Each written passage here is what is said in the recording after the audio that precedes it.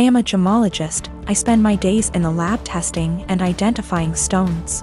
From the nature of my work, I also have a large and valuable collection of jewelry, but also gem specimens that I keep in a safe I specifically bought and had installed to keep them safe.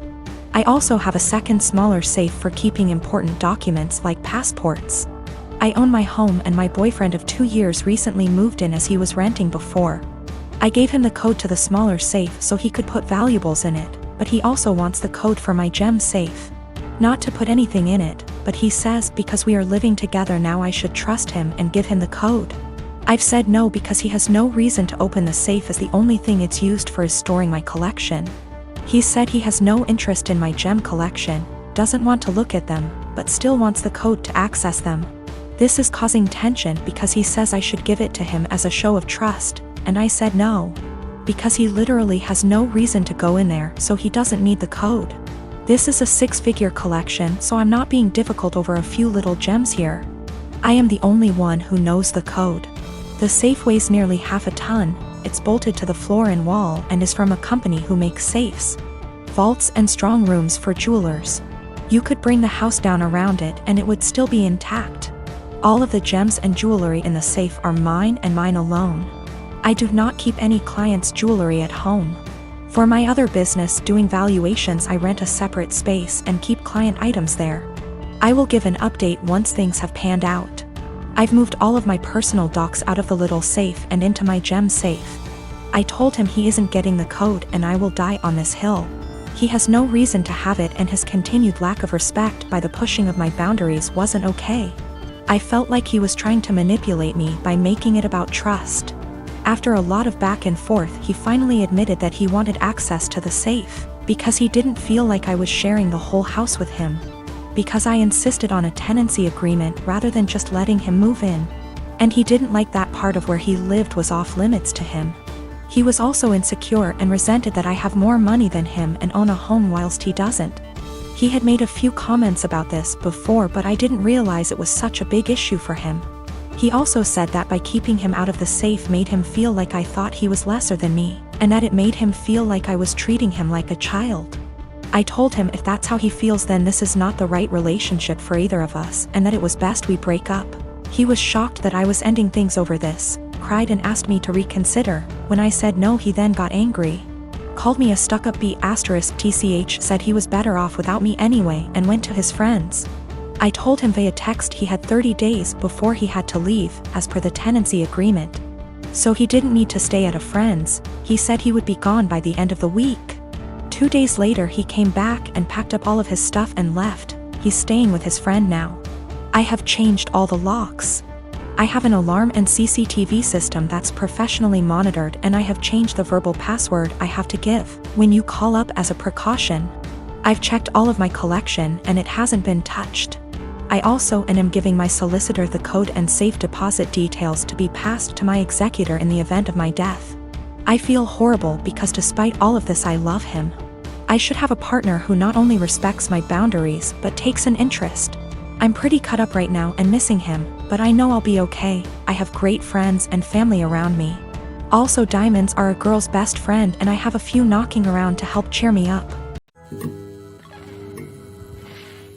I recently got married to Matt. Matt has a stepsister, Tiffany. I have met her less than 10 times in the 5 years I dated Matt, as she doesn't live nearby and is not close to my husband. However, she was invited to our wedding. I should mention that Tiffany is very attractive. She is pretty, with a currently fashionable body type. She also dresses well and spends money on her appearance. This is well known, and even though I've only met her a few times, whenever she is brought up by my in-laws she always mentioned as being very invested in her image. I don't begrudge her this at all. The ceremony went fine, but afterwards, while my in-laws were congratulating me, my father-in-law commented that I looked beautiful, and in the next breath mentioned Tiffany did, too. His wife caught his eye and shook her head, but I ignored it. When Tiffany came over to say congratulations, she looked stunning. Her dress was beautiful and fitted her perfectly, her hair and makeup looked like they'd been done professionally. And she was wearing a pair of obviously designer shoes. Her outfit was totally appropriate for the event.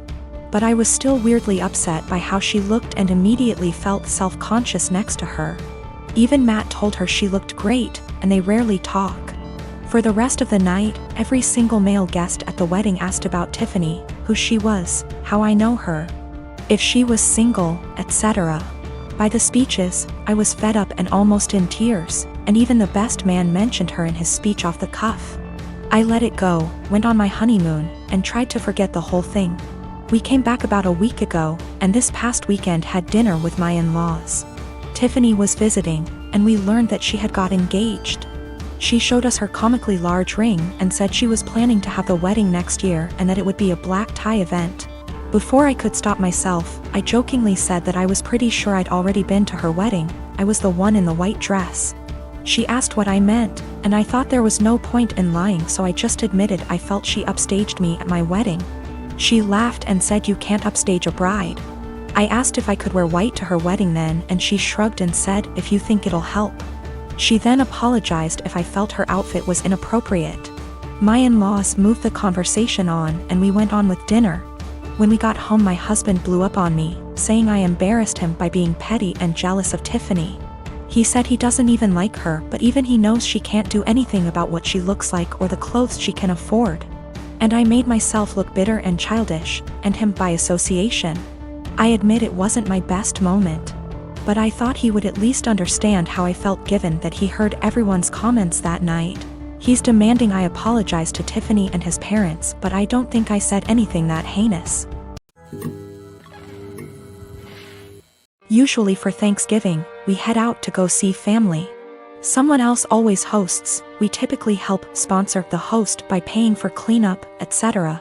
Our home is just too small to host the 30+ folks who typically show up through the day. This year that's obviously not happening. Other than us talking about not doing the usual, Thanksgiving didn't come up until yesterday. My kids have the week off from online school, and I was doing a puzzle with them before dinner when my husband walks in after work and says, "So did we get a turkey?" I looked at him and said, "Well, I know I didn't." "Did you?" He stared at me blankly and said, "No." "What do you mean? Do we need to get one still? Is it being delivered?" I shrugged and said, "I don't know nothing about no turkey." The kids and he looked so confused, so I helped them along and said, "I didn't buy anything. I didn't plan anything. No one said anything to me about Thanksgiving. Nobody offered to help meal plan, cook anything, do anything." He blew up yelling at me about how I should have obviously known. I said, "Why? I've literally never planned or made a Thanksgiving dinner in my life. The most I've ever done was help clean up or maybe peel the potato." I asked him why didn't he plan anything, why didn't the kids plan anything? Why is everyone waiting until the last minute and dumping it on me? He just sputtered and yelled and stormed off to his office and left me with the kids. We all had dinner, the kids cleaned up, and I was relaxing with some wine and a book after they all went to bed. My husband tore into me about how he can't believe I left this all to the last minute. Now there will be no Thanksgiving. How could I be heartbroken to do this to the kids, etc. So I just looked at him and said, "Why didn't you plan? Why did you wait to the last minute to ask me?" He told me I was being a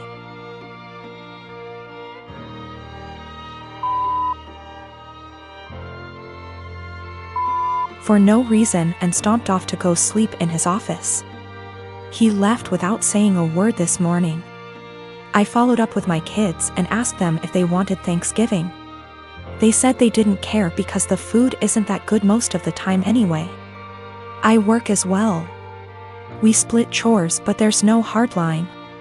I do some, he does some. We both cook, and the oldest cooks as well. I just don't get why Thanksgiving is on my plate. Why, just because I'm a woman? A lot of people seem to think that my kids are like toddlers or something.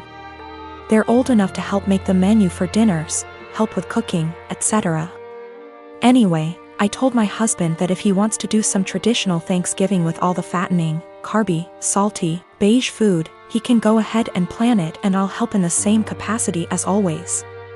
If he wants me and the kids to cook something together, aka a normal, average Thursday, I'll continue with what was scheduled. The kids genuinely do not care. Thanksgiving doesn't mean anything to them. One of them has been asking for us to stay home for years. One of them barely touches the food as it, and the other one only likes to go so she can see her cousins. And she sees them all the time anyway. The middle kid already dug out another puzzle for us, and they're just happy they're off school. Also, we don't do Christmas. I married my wife Elise 12 years ago. She has a 16-year-old daughter, Anna, from her previous relationship, and we have a 7-year-old son as well. From pretty much the beginning of our relationship, Anna and I have never gotten along. I don't know how to emphasize that it is not because of a lack of trying. She just does not like me. When she was young, she was just scared of me and afraid I'd tear their family apart. Nowadays it's more of a neutral dislike rather than strong antipathy, so I suppose that's progress. Elise is a stay-at-home mother, so she relies on me for income. As a result, I pay for everything for Anna. Food, clothes, volleyball fees, field trips. I take an interest in her hobbies. I go to her games. I'm not saying I'm perfect, but I try my damn hardest to be the stepfather I can. But it's so hard. Always giving me curt one-word responses. Always having to have an attitude. She does things to get a rise out of me. Staying out late reeking of booze. Always trying to sneak boys in. Typical rebellious stuff. But I always let her know I love her and I'm there for her in hopes of her shithead teenager phase pasts. The opposite is true for her biological father. She adores him. Can't tell you why. He never goes to her games, always makes excuses for why he doesn't want to see her. He forgot her birthday last month and she cried herself to sleep. Well anyways, Friday, I came to her room to check her phone and read her messages, not a permanent thing. But she's been caught sneaking out twice in the last month, so this is her punishment. I ask for the phone, she says, "No, I'm tired of you checking my shit, leave me alone." I tell her I'm not asking again and she goes, "Just off already. You're not my real dad. You never have been. Stop acting like you can tell me what to do," before getting up and slamming the door. Like I said, guys, I'm tired. Tired of the blatant disrespect. Of being the verbal punching bag while still providing more for her than anyone else in her family.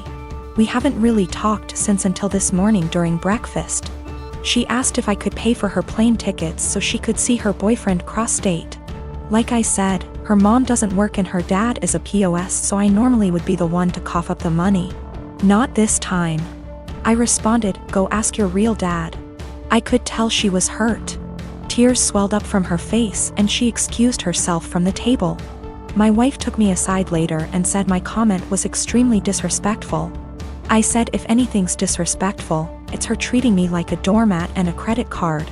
And I will no longer tolerate this treatment in my house. I told her we don't have to be friends.